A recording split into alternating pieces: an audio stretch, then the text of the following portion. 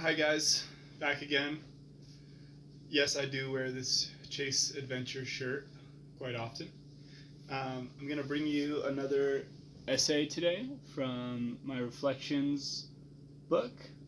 If you guys are interested and you've seen it on here before, you can find this book either at tuckerballister.com or at ballisterwriting.com. If you're really interested and you're really strapped for cash, send me a message and we'll work something out. But I'm going to read you guys the essay today. I'm going to pick the letter S. And the essay for S is entitled Silky. So if you haven't seen me read one of these before, all of my essays in this book start with a quote and end with a quote from someone else. So this one starts with a quote from Stacy Charter, and it says, "Life can be like a roller coaster. And just when you think you've had enough and you're ready to get off the ride and take the calm, easy merry-go-round, you change your mind, throw your hands in the air, and ride the roller coaster all over again. That's exhilaration. That's living a bit on the edge. That's being alive." So the essay entitled Silky goes like this. "It's not always going to be silky smooth, although I falsely hope for this sometimes.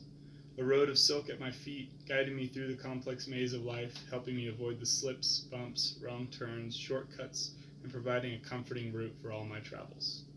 Alas, it's not always going to be comfortable. In fact, the more I try to follow my heart and dissociate from any sort of normal ways of life, the less comfortable I feel. Sometimes I feel like I'm spiraling out of control, like any semblance of a plan that I once had has long since been left behind. But I'm learning to appreciate this inner tendency to search for a silky road. And I'm also learning how to look long and hard at that tendency, evaluate the reasons for which I seek such a path, and not harbor doubts or fear when I choose to turn my back, throw up the middle finger, and proceed in the opposite direction, over the scree and rubble, on towards something new and different entirely. Scrambling over the rocks and through the brush rather than sticking to the predetermined path isn't easy. It takes a lot more work. Progress comes at a heftier price. The process requires much more time. But is the reward for following your own path equally more fulfilling? Who am I to know? Yet. Sometimes I feel quite scared that I won't have the mental fortitude and physical stamina to proceed down this path and emerge victorious. I worry that the pain, stress, and effort it requires will eat me from the inside out. I hate the thought of myself as a shriveled raisin, a skeleton of my former self. My intention is to keep myself young for as long as possible, and that means giving in to adventure, even when I'm feeling exhausted and when I'm yearning for my little comfortable hermit hole.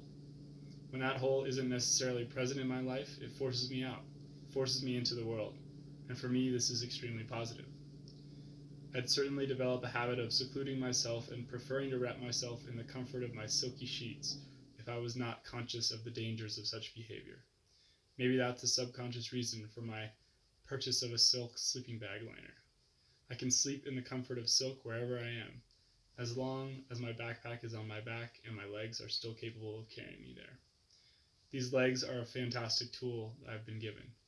They are capable of carrying my body great distances, at least so long as my mind doesn't get too firmly in the way." And it ends with a quote by William Powers. "Think how nature makes things compared to how we humans make things. We talked about how animals don't just preserve the next generation. They typically preserve the environment for the 10,000th generation. While human industrial processes can produce Kevlar, it takes a temperature of thousands of degrees to do it, and the fiber is pulled through sulfuric acid. In contrast, a spider makes silk, which per gram is several times stronger than steel, at room temperature in water." Thanks for joining me, guys. Again, if you want to check this book out, go to ballisterwriting.com or tuckerballister.com. Ballister Writing, you can find it on paperback or in paperback form via Amazon and CreateSpace. And on tuckerballister.com, you can download the ebook PDF version if you want to read that way. Thanks for joining me. Have a great day.